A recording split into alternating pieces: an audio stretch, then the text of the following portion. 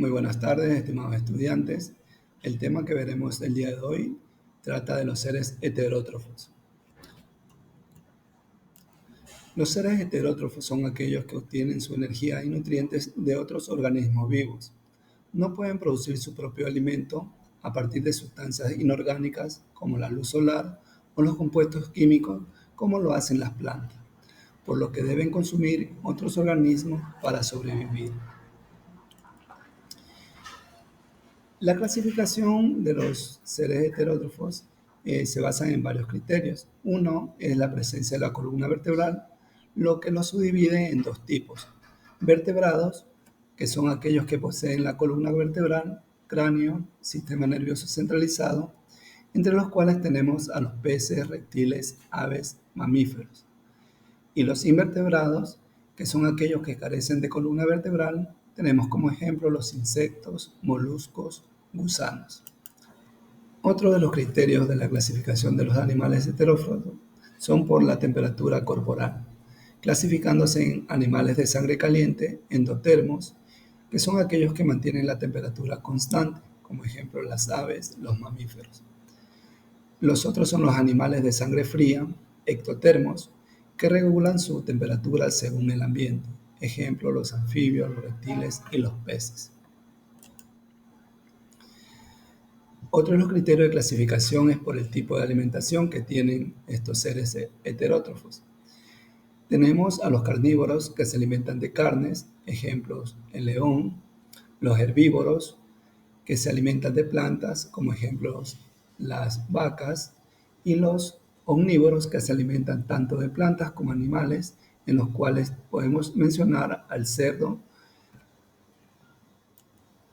También tenemos a los detritívoros que se alimentan de material orgánica en descomposición. Como ejemplos tenemos los escarabajos y las lombrices. Otro grupo son los parásitos, que obtienen nutrientes de un hospedador. Como ejemplo tenemos a las tenias y a los piojos. A continuación tenemos la reproducción de los animales. Tenemos dos tipos. La primera es la reproducción sexual, los cuales involucran a las ovíparas, que se da a través de huevos fertilizados que se incuban externamente. Ejemplos de reproducción ovípara son las aves. La reproducción sexual en los vivíparos se desarrolla del embrión dentro de la madre. Ejemplos los delfines, las ballenas, el ser humano. Luego tenemos la reproducción asexual, que presenta varias variantes. La gemación, que es el desarrollo de nuevos individuos desde yemas. Como ejemplo tenemos a las hidras. Luego pasamos a la fragmentación, que se produce la regeneración de nuevos individuos desde partes del progenitor. Como ejemplo tenemos a las estrellas de mar. Luego tenemos a la partenogénesis, que es el desarrollo de óvulos sin fertilización. Como ejemplos, algunos tipos de reptiles. Finalmente tenemos la esporulación, que es la formación de esporas que generan nuevos individuos. Ejemplos, los hongos. En cuanto a la reproducción de los vertebrados e invertebrados,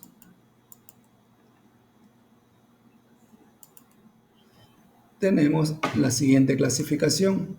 Los mamíferos, su reproducción se da mediante la fertilización interna y desarrollo del embrión dentro del cuerpo materno.